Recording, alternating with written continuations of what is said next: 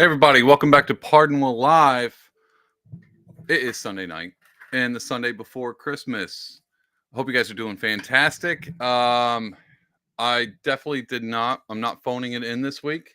That's next week. Next week I'm definitely going to phone it in. But I've been playing around with a few things on the stream, and so hopefully it's working. I don't know if it is or not. We're going to find out. I'm also streaming to TikTok, I think. Maybe to TikTok. We don't know. Maybe we'll find out. I have no idea. But it would be like me to stream to a platform that's no longer going to be available in like the next month. So with all that included, yeah, that who knows? I might be streaming. I might not be streaming to any of them. It's been a wild week, guys, and it's not been a very newsworthy week.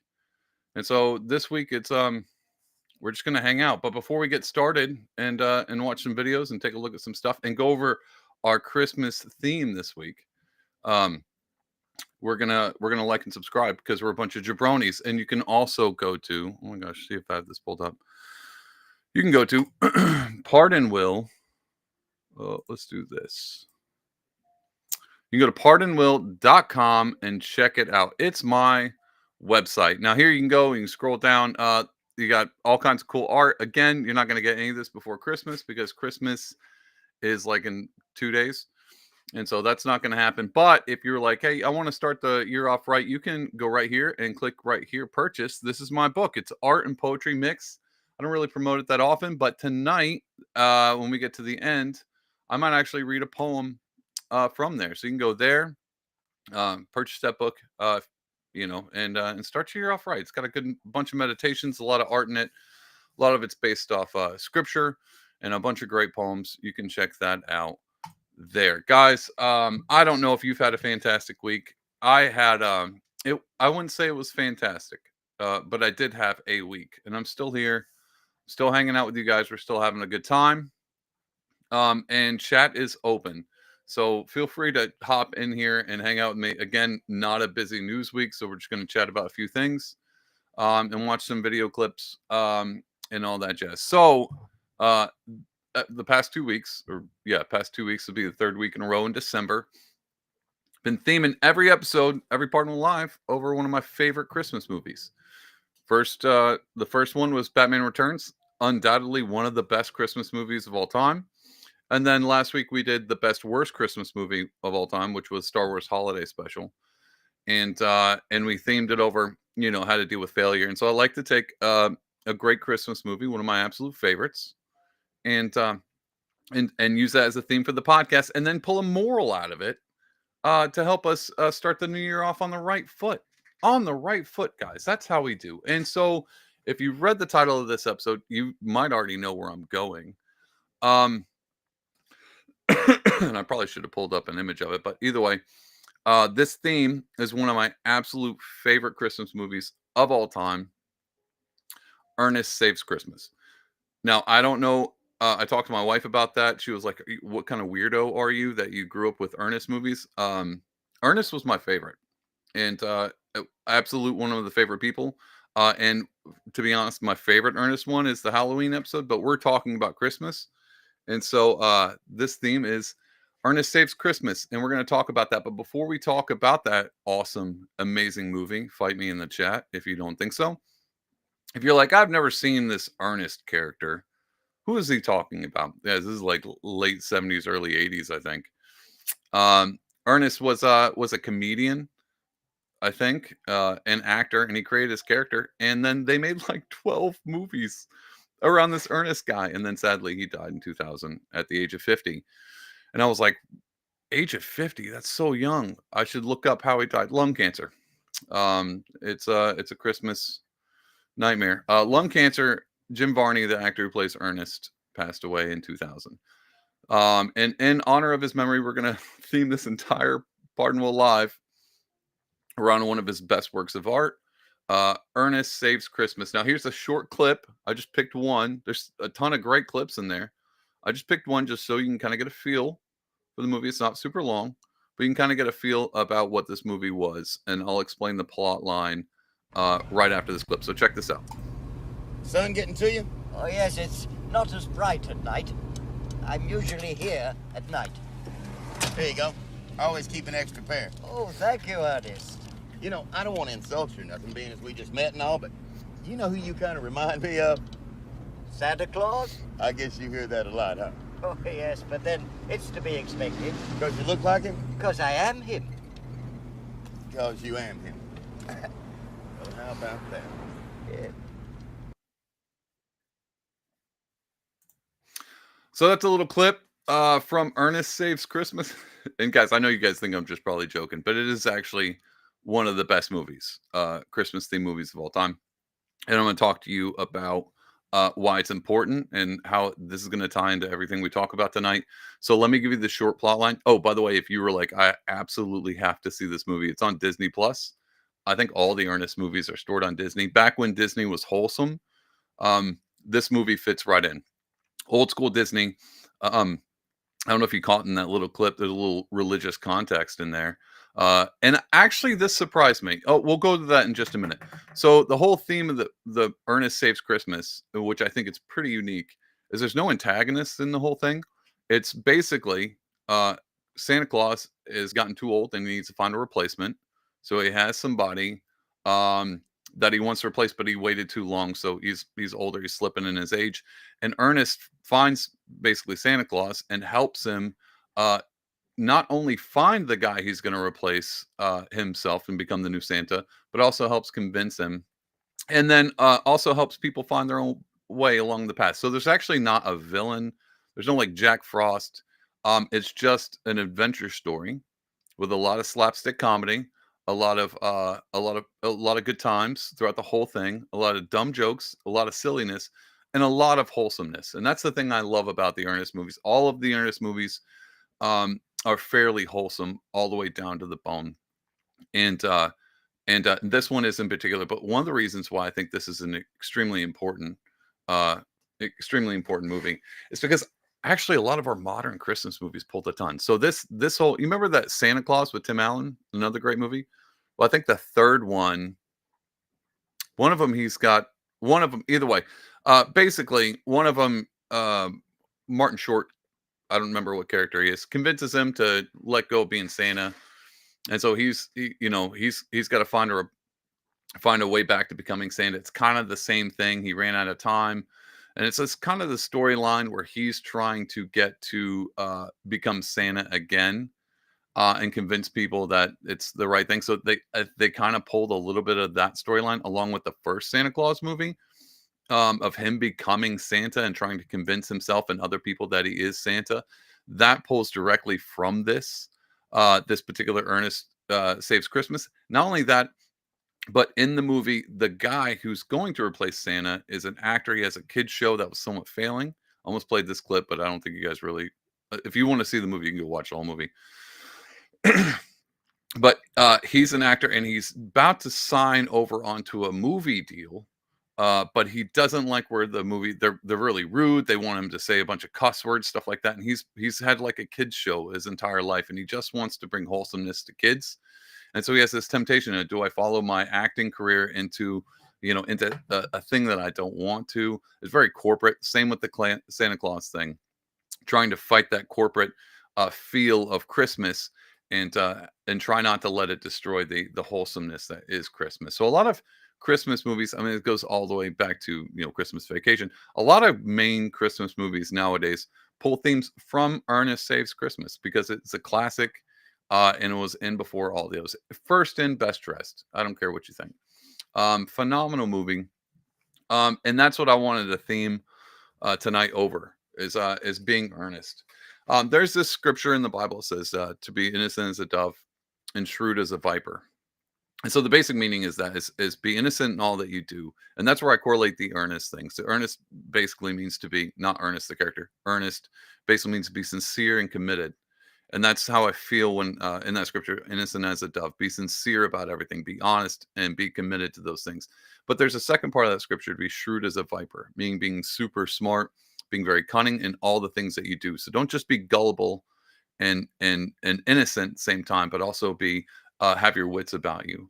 And one of the cool things about the Ernest movies, and they all do this, and so I wanted to address this right up front because we have a big masculinity issue. We're going to talk about that towards the end of a clip. big masculinity issue. Well, at least masculinity has been in the zeitgeist. A lot of people talking about it. It's been brought up to like, what does it mean to be a man? What does it mean to be masculine? We talk about it on the show a lot. Ernest is one of those old school characters that's kind of a fumbling, bumbling idiot. What they kind of portray as him. But he's not like a Homer Simpson. He's just a basic simpleton, a bit of a country guy. But he's always happy-go-lucky. He's always optimistic in the face of things that are really not he shouldn't be optimistic about, and he's insincere about everything he does.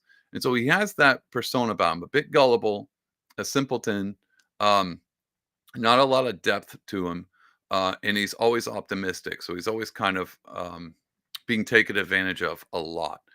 But the thing that he also does, which I think contrasts his character, I can't believe I'm doing a breakdown of Ernest movies. This is why you guys join and hang out at Pardon Live. It's because I'm breaking down Ernest movies. He does this thing because he's a comedian and an actor where he puts on disguises and tricks people. And so even in Ernest Saves Christmas, he dresses up like a corporate, not a corporate guy, some kind of a political official. And he has his hair slicked back, changes his voice, his whole entire attitude. And then, of course, he dresses up like an old grandma to figure out some kind of police record kind of thing. So he has this shrewdness about him where you're like, where did this come from? Because he's a bumbling, fumbling idiot the whole time. And then all of a sudden his character can switch into other characters to kind of move his way through the plot line and to get the things that he's needing to get to by trickery and by manipulation. So I thought that was pretty interesting for him being such a basic character and kind of an idiot. He portrays an idiot. He's also got this whole spy persona about him. Weird how they put those two together. I think that's what makes those movies great. So you can find that on Disney Plus. And trust me, I know it's on Disney Plus because I watched it this weekend just to prep for this episode. And man, it's such a good movie. So is Ernest Scared Stupid. That would be my favorite one. Ernest Goes to Camp. It's mediocre. But Ernest Scared Stupid, great Halloween movie. Ernest Saves Christmas. Anyway, let's talk about being earnest. And I thought we'd pull up a few clips. Here's one of my favorite sincere things. This is what I love about this year and the year coming. Is I found a clip that I'm reminded of every year since this happened. So this is a clip from the past. I think this is a clip from 3 years ago. I would say 3 years ago of our president Joe Biden being absolutely sincere for the Christmas holiday. And you know the best part about Joe Biden is, sometimes he fumbles and stumbles and he slips up his word. He earnests it a lot, right? So he's a bit like Ernest, where he's kind of, he's a bumbling idiot. He likes, when the hairs stand up and when he fights Corn Pop, but beating a rusty chain against a tin can or something. I don't know, whatever. And then every once in a while he comes out where he doesn't stumble at all. He doesn't fumble his words. He's very precise and very sincere about what he's saying. So check out this clip. I think this is one of the best clips of Joe Biden. And I hope that this is one of the ones that he's remembered to as he exits the stage prematurely, because I don't know where he's been. I don't think anybody knows where he's been. He went to the Amazon, did a press conference in the Amazon forest, and then he's never been seen again. He may have been eaten by an anaconda. There's an Ernest movie right there. Maybe Joe Biden should just replace the Ernest and make his own Joe Biden Scared Stupid or Joe Biden Saves Christmas. Well, we got one. If he's going to do a Joe Biden Saves Christmas, here's a clip that I think they should introduce into that movie. And 3 years ago, best of Joe Biden, no stumbling, precise and very sincere. Here we go. We are looking at a winter of severe illness and death for unvaccinated. For themselves, their families, and the hospitals they'll soon overwhelm. But there's good news. If you're vaccinated, you have your booster shot, you're protected from severe illness and death. Best of Biden, guys. Everybody give a round of applause for the guy that's leaving or has already left. We don't know. Biden being absolutely sincere and telling the truth with everything in him, because you can tell because he didn't stumble at all.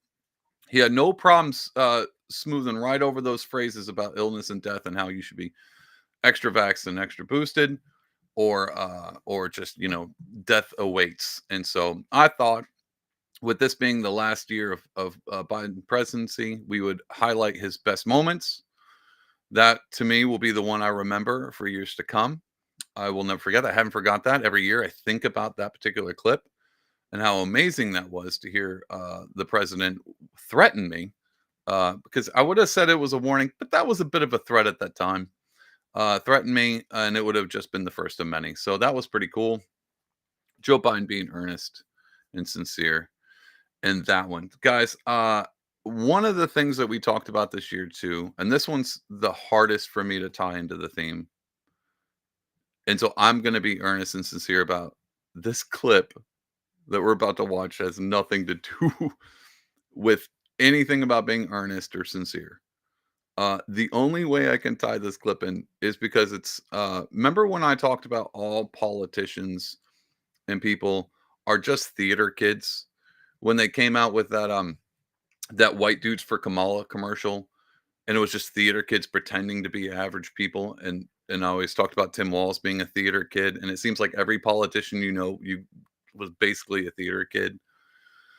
And I was like, well, it's not a far stretch if you really pay attention and you think about it. Theater kids either went into acting, went into theater, or went into politics. Because to be honest, politics, it's all theater anyway. I don't really believe in any.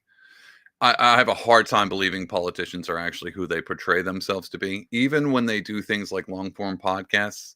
And I think we saw that the best. So one of the news over this week was Congress not being able to pass a resolution to keep spending a bunch of money or whatever that was, and the government was going to shut down. The Republicans are causing a bit of a ruckus because they don't like omnibus bills. To be honest, I kind of paid attention to it with my peripherals. But the reason why I didn't spend a lot of time focusing on that this week, well, one, because Christmas is coming up. There's more important things. And two, it never fails. They're never going to shut the government down. They're never going to be like, oh, we have a few weeks with, no government. That would have been a Christmas miracle. And we're never going to get that. We're never going to get it. It's the same thing when every politician, or I don't know if same thing when Trump comes out. It's like, we're going to get rid of daylight savings time. Lies. They're never going to do it. The reason why they're never going to do it, because it would be too awesome. And so them not passing an omnibus bill and the whole Congress coming to a dead stop and the government shutting down, Christmas miracle. And this year is just it's not going to happen. And it never happens. That's one of the reasons why I was like, all this news seems to not really mean anything, because we know we're not going to get anything out of it. And so it's theater. And, you always see the politicians and they're arguing and bickering on C-SPAN or whatever. And then and behind the stage, behind the camera, they're pulling their masks down and shaking hands. And it's just theater, guys. Just theater. Well, one of our politicians, I'm not sure if you can consider a politician, just embraced this concept and came out in the open the way I wish Tim Walz would. And so I'm fairly proud of this particular Supreme Court judge for coming out and doing exactly what she loves. So, guys, I don't know if you know this, but we have a Supreme Court judge called Ketanji Brown Jackson, recently added, I tell you. And one of the things that I thought was highlighting when she came into office is she was asked, or came into the court, would it be Supreme Court? Yeah, would you say came into court? She was asked, could you describe to me what a woman is? And her response as a judge was, no, I can't. Because she's not a biologist. I'm pretty sure it's the same person. Well, lo and behold, she probably still can't define it, but she's going to bring it up anyway, and she's going to do it to a musical Female number. Check empowerment. this clip out. This is my favorite. Sick. I like it too. I think what I like about it is that I am having a very strongly negative reaction to it. Like I hate it. Which makes me think it must be brilliant.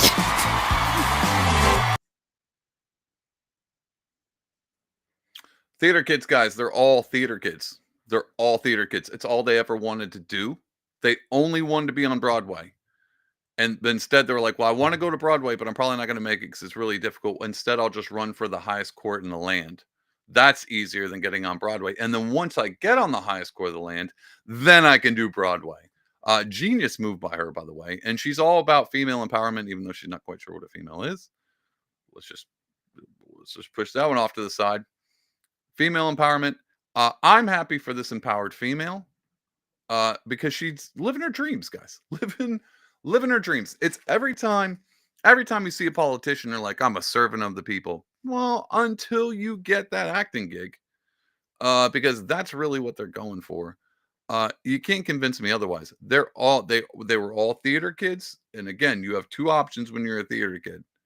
You either go into movies or Broadway, or you go into politics, or you're Ketanji Brown Jackson and you do both. That's just what it is. Or to be honest, or you're Trump and you do both. That guy was in tons of movies. I don't think he was ever a theater kid. I'm not sure he wasn't a very good actor. I seen him on Will Smith, Fresh Prince of Bel-Air. Terrible acting. He skated by in Home Alone, another Christmas movie, tying Christmas back in, by having a one-word dialogue. That one's easy. That doesn't really count.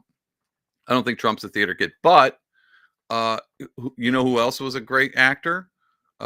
Jesse Ventura. He was wrestling's acting, guys. I hate to break that one to you.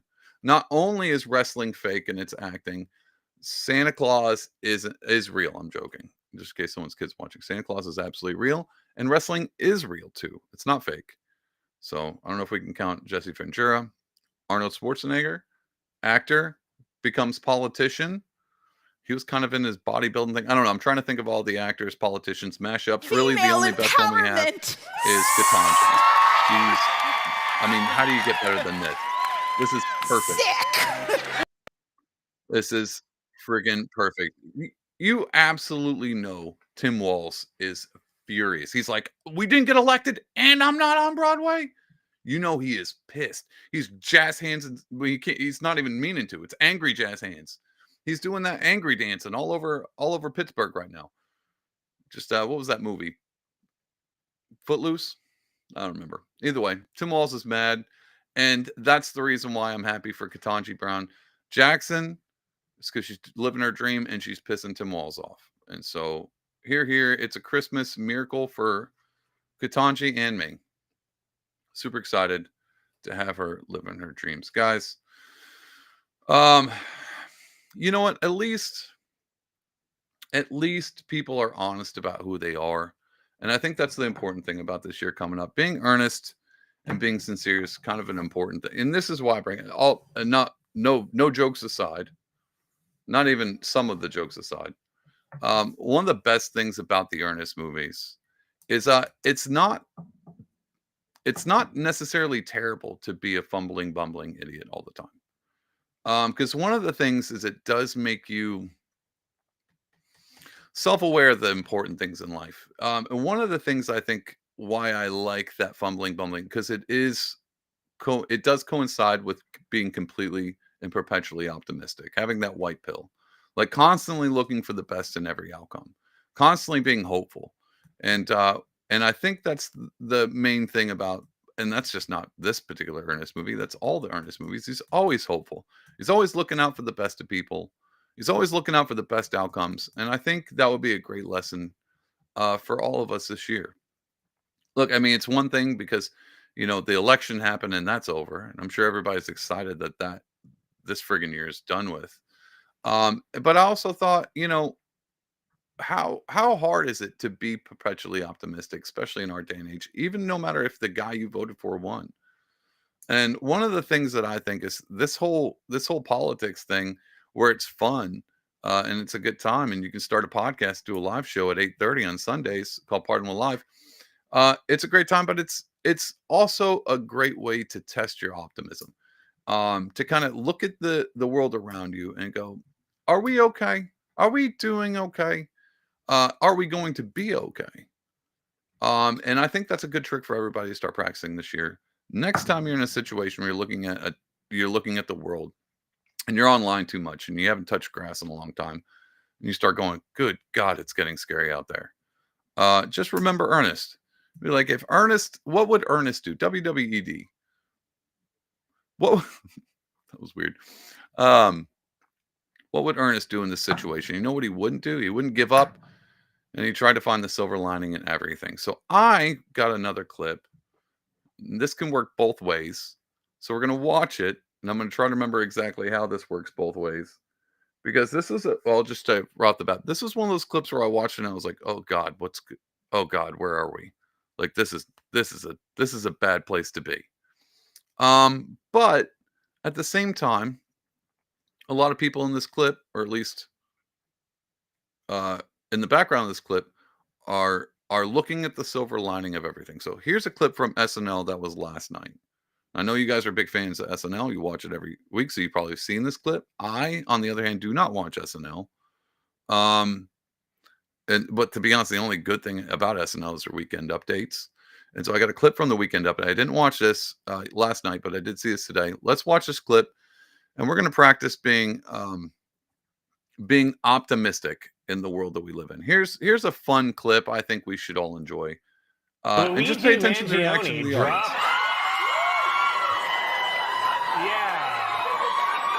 Yeah, definitely woo. You're wooing for justice, right? Luigi Mangione dropped his extradition fight and was flown from Pennsylvania to New York to face multiple charges. In related news, Bumble exploded.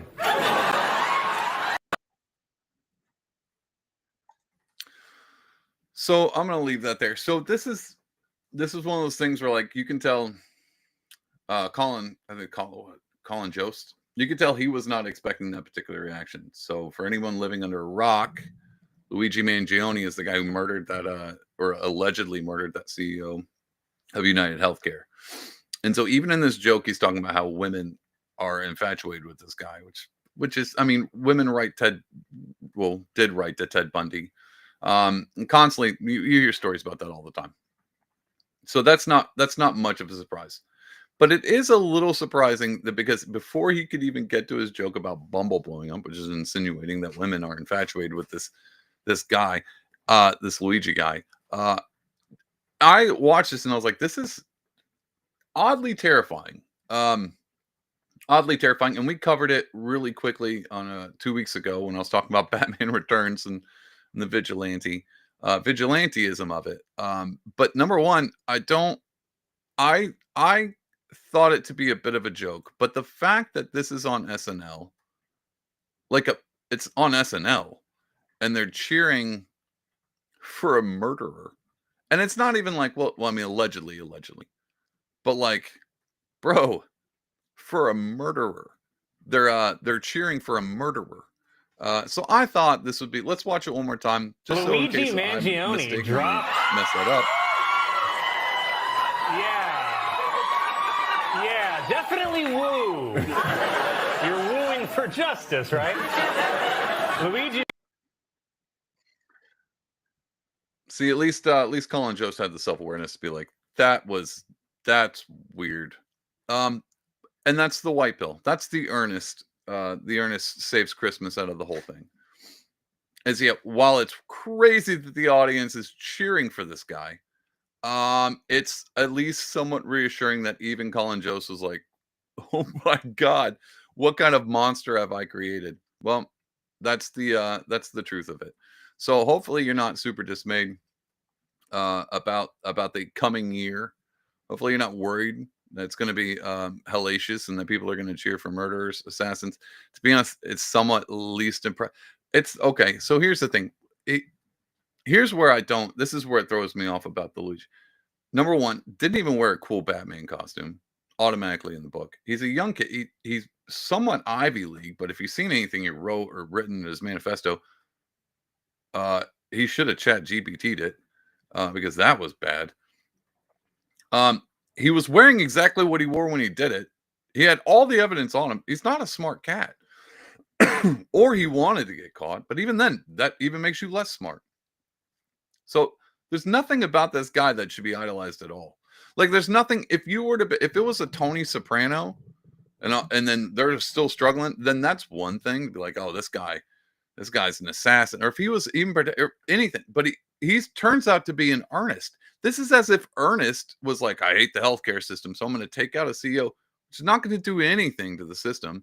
Matter of fact, it seems like they're not even sure how to fix. Well, number one, they don't know how to fix the system, so that one's totally different.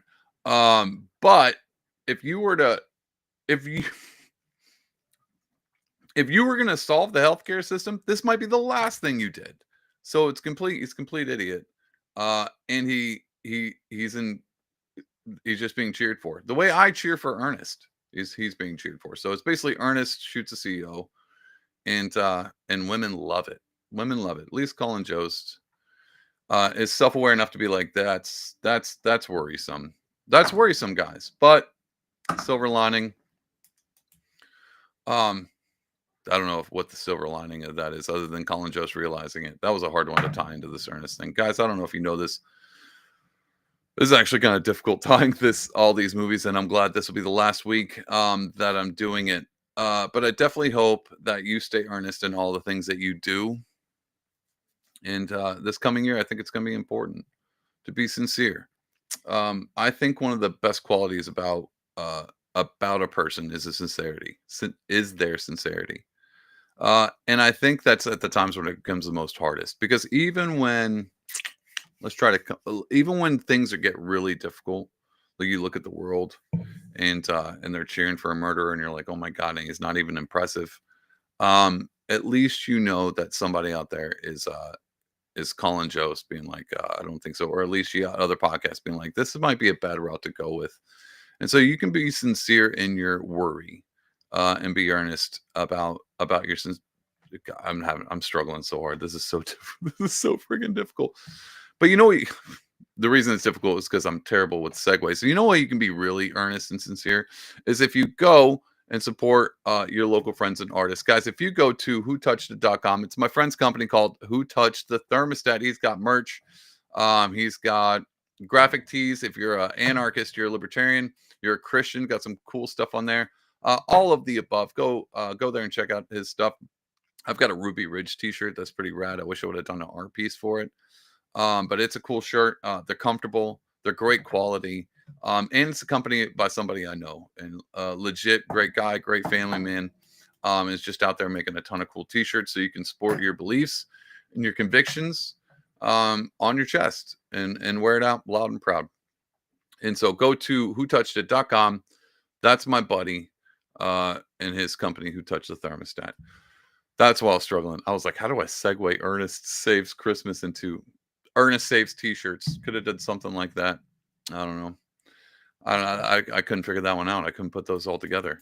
It's been a long week, and Christmas is this week, so I hope you guys are all excited. I hope you guys are looking forward to all the happiness and cheer. So I've got one more. I wanted to pull this up. Not one more. We're going to do something different. I want you to see this completely jolly and cheerful tweet. It's Christmas season, so I thought, why don't we find a tweet that encompasses this year and what it means to be jolly? I don't know if you know this, but I'm not a big fan of the manosphere people. Not because I think they're dumb, which I might now, but because I think they're just grifters. And one of the best grifters in the manosphere is this guy named Andrew Tate. I don't know if you've heard of old Andy Tate.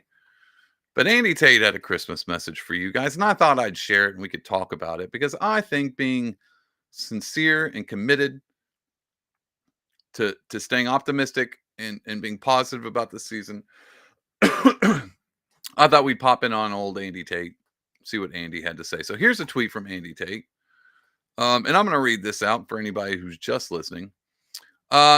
This is what Andy Tate has to say. Piss off your enemies for Christmas and remind them that they suck. Never forgive a grudge ever. The aunt who was wrong back in 2007 or 17. Yeah, text her. Remember, pettiness is hilarious. Guys, sending Christmas cheer left and right. Old Andy Tate out there. I think he might be legit. And at first I was like, yeah, I think he's trying to ruin lives. I think he legit might be trying to ruin lives. Like, I think his whole spiel is be a man and ruin your life. Not that his life isn't ruined. I don't know. I think he spent some time in jail in a foreign country. I think there's some allegations. I don't know if they're true or not. Either way, seems like a delightful character. I don't know if you are a big fan of him, but that was his Christmas message. And I'd like to juxtapose that with Ernest Saves Christmas.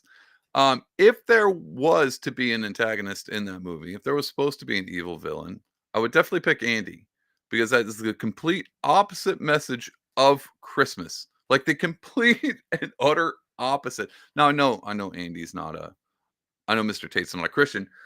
I'm not sure exactly what religion he falls under. To be honest, even if he claimed a religion, I would have to say he's probably not very good at it. I mean, maybe, I don't know. Maybe there's some kind of Viking religion he's a part of. I don't know. Either way, old Andy's got an anti-Christmas message for you. Hopefully you do not read that and go, that sounds like a phenomenal idea, because the whole point of Christmas is about forgiveness and hope and peace, love and joy, as we celebrate the birth of our Lord and Savior, Jesus. So whatever you do, don't follow Andy. Guys, you can tell I was grasping at straws this week. This is how boring of a week it's been. Not a lot going on. Not a lot going on at all. And I'm so used to things happening all the time. And I think just because everybody's taken off, and I mean, even for podcasts, I don't know if you notice this, but most of your podcaster friends are not going to be putting episodes out or even coming to hang out with you on Sunday nights.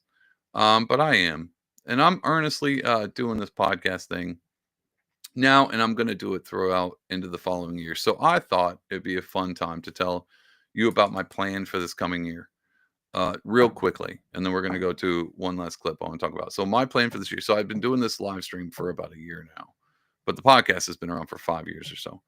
And so my plan after the election year, I wasn't sure if I was going to continue doing the Sundays, to be honest, but I'm definitely going to continue doing Sunday nights at this point. I'll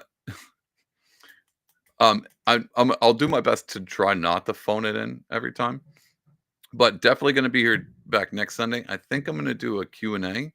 And that one will absolutely be phoned in. It'll be the Sunday before or between Christmas and New Year's.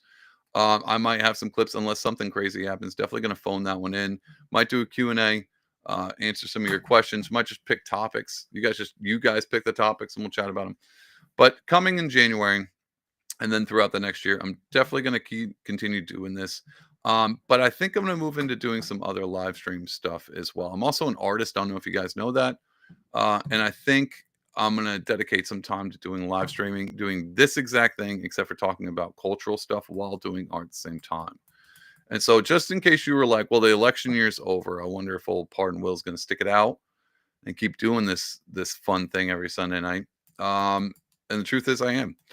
Even if it doesn't go as well as I hope, even if I phone it in and it feels like a complete failure, still going to do that. And the reason behind that is because I'm earnest and I'm sincere and I'm somewhat committed to doing this thing. And this is the truth, not for you guys. I'm partly for you guys. I do appreciate you guys tuning in and hanging out with me. But a lot of this is fun for me to do. I had to sit back and think about this year. Legit sat back and was like, am I gonna continue to do this for a lot longer? And I'm definitely going to, because the reason I was like, I enjoy this thoroughly. And that was the other thing I wanted to tell you guys about this coming year, is I want you to do something that you guys actually enjoy. Find something that is fruitful for all the people around you, but also yourself. So this is a segue into this next clip. So this weekend, one of the big news is the America First Fest. Now, your boy wasn't invited, and that's fair, because I probably wouldn't have went anyway. No, I'm lying. I totally would have went, but I wasn't invited. But no harm, no foul. Maybe next year. Maybe next year I'll be invited to America Fest. But there was this clip, and I thought this was actually probably the most connected to the topic, so I saved it for last. Check out this clip. This is Charlie Kirk being interviewed. He's going to talk about being a father and a husband, but he has a message for all you young people, and I want to get your thoughts on this. So take a look at this clip. It's about a minute long. We're going to watch it. It's old Charlie Kirk. But what advice can you give to young dads that are either about to have their first child or just had their first child? What would you, we've been through all of that, but what would you say to help encourage them? Well, I would say you need to understand the biblical role of the father. Again, I'm still learning this. I've only been at it, for 2.5 years. We're still young. But when it comes to your child, you are tasked to protect them both physically, spiritually, and emotionally, and really outside the house, and obviously in other ways as well. Quality time is everything. You're not above any of the duties or the tasks or the roles. But you as a father and as the provider, you need to get your act together so much that your wife never has a financial pressure ever on the family.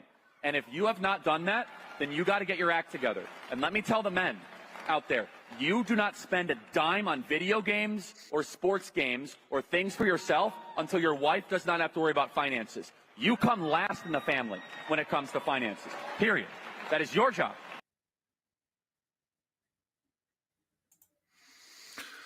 All right, I thought old Charlie had something very interesting there.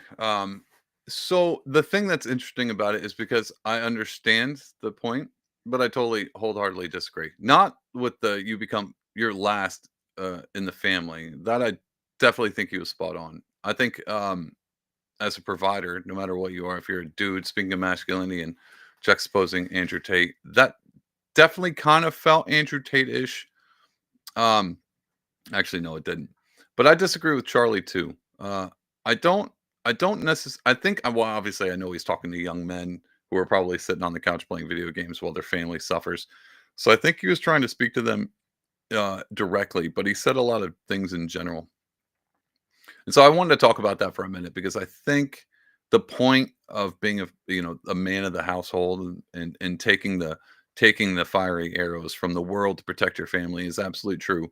But I also don't think you can I don't think there's any way to take financial well, I mean, maybe there is. Maybe being rich. Maybe being rich. But this year, I'd hate for someone to watch that and be like, "Oh my god, I've got to make sure my family never worries about finances." Um, Hyper unrealistic. It's almost as unrealistic as Ernest Saving Christmas, which is even more realistic. It's super unrealistic. And that it's not like it's not a high standard to aim for. I would hope everybody aims for that. But to hear Charlie say it out of, I mean, I'm not a big Charlie Kirk fan. I still can't wrap my head around his size of his head. I don't know how to put those together. I can't wrap my head around the size of his head because it's so round. Um, I don't agree with him at all. That kind of has that Mark Driscoll, how dare you feel? Kind of has that feeling like he's the wrong guy to tell you this advice. And I'm not sure why, but he definitely seems like the wrong person to tell you this. Um, and I think that comes from it's such a generalized statement that it almost doesn't make any sense. Yeah, you should definitely not put yourself above your family as the man, head of the household. Definitely don't do that. You're the one who's supposed to sacrifice, and you will take the sacrifices before anybody else. You want to make sure they're feeling better off. But to set the standard to be like, no matter what you do, make sure your family never worries about finances.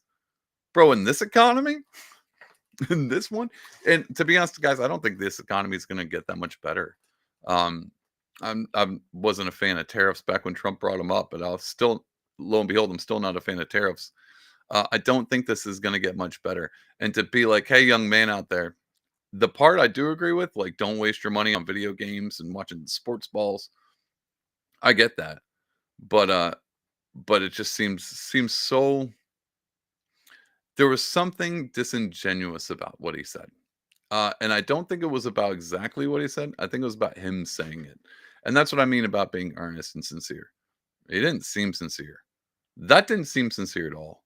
That seemed like he was just trying to play into something. I think he was trying to tell himself that. I think he did that whole spiel to make himself feel better. That's what that felt like. That's what that felt like. So this year, I want you guys to be earnest in all you do and also enjoy things that you do.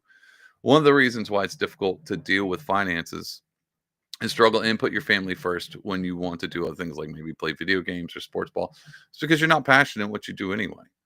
The best way to make finances easier on your family is to do something that you don't have a hard time getting up and going to work to do. As an older gentleman myself, um, it's not easy getting up early in the morning and going and doing a job that you don't enjoy. So my advice is to be earnest and caring about your family and making them priority, but also try to find something you enjoy in the meantime and do the thing that might eventually make you a dollar. That's the real thing about this season.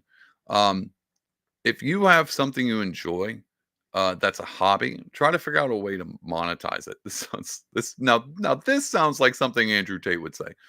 Try to find a way to make money. And I say that in all sincerity, in all earnestness.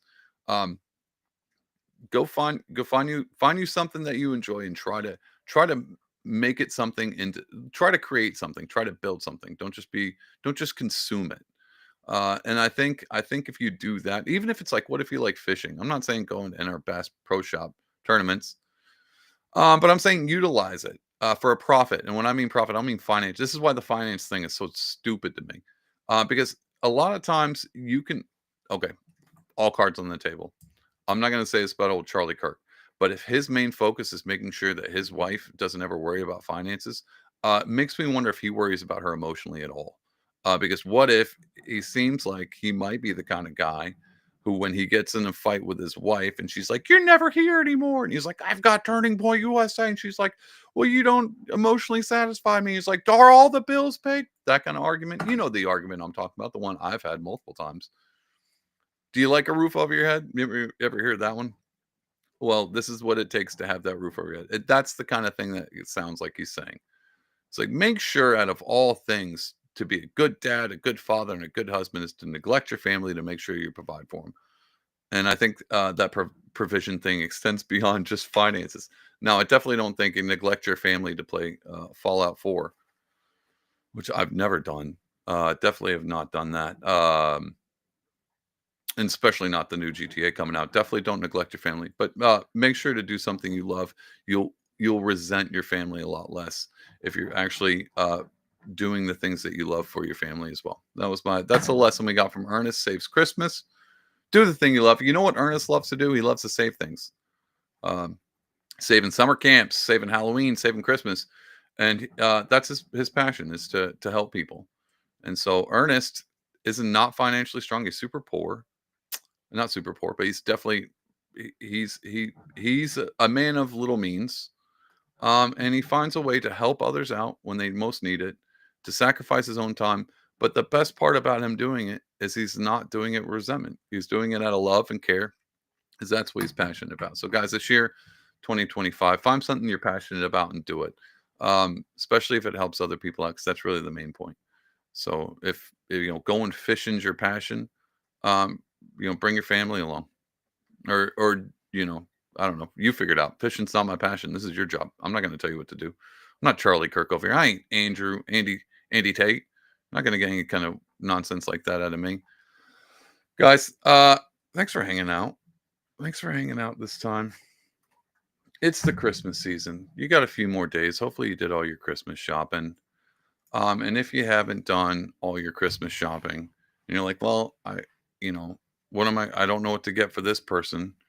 Well, hopefully you're not running out of time. But if you do have time, you can always go to pardonwell.com. Well, first you can like and subscribe. Tell your friends about this podcast. That could be considered a Christmas gift. Shh. I'm not telling you it is, but it could be. Like and share this. That could be your Christmas gift to me. That'd be awesome. Or you can go to pardonwell.com and buy this book. So this book is there's art and poetry all in it. All kinds of cool stuff. It's on Amazon. You can go buy that. You can have one for yourself. It's my book. It's got my name at the bottom at least. Stuff I did in there. I'm going to read you guys a Christmas poem. And you're like, David, are you kidding me? There's a Christmas poem in that book? Well, sort of. Yeah, it's definitely a Christmas poem. And up here in the Northeast, it gets kind of cold. I don't know if you know this, but it's like 3 degrees outside. It's freezing. It's freaking freezing right now.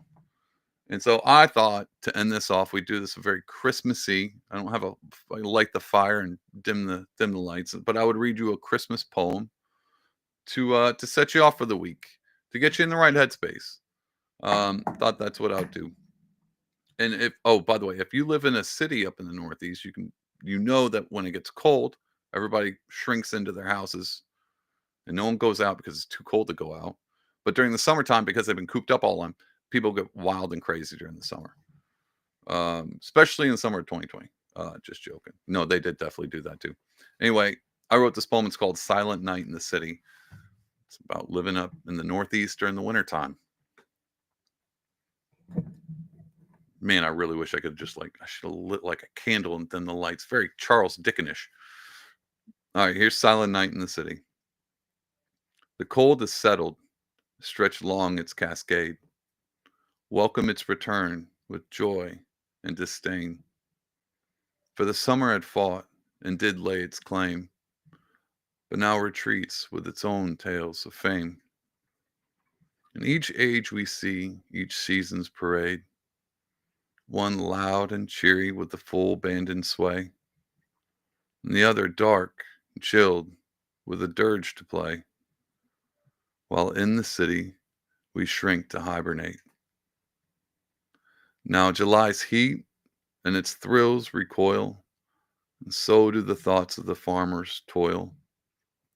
But here in the city, it falls sleepy and calm, with longing of a life in the trees, pines or palm. For summer is a wild and untamed beast, a decadence of motion and noise never ceased. But winter is a blessing to the solemn of mind, closeting the trumpets and the cymbals of kind. While silver yet dreary, one fact is to beholden. Here in the city, the silence is golden.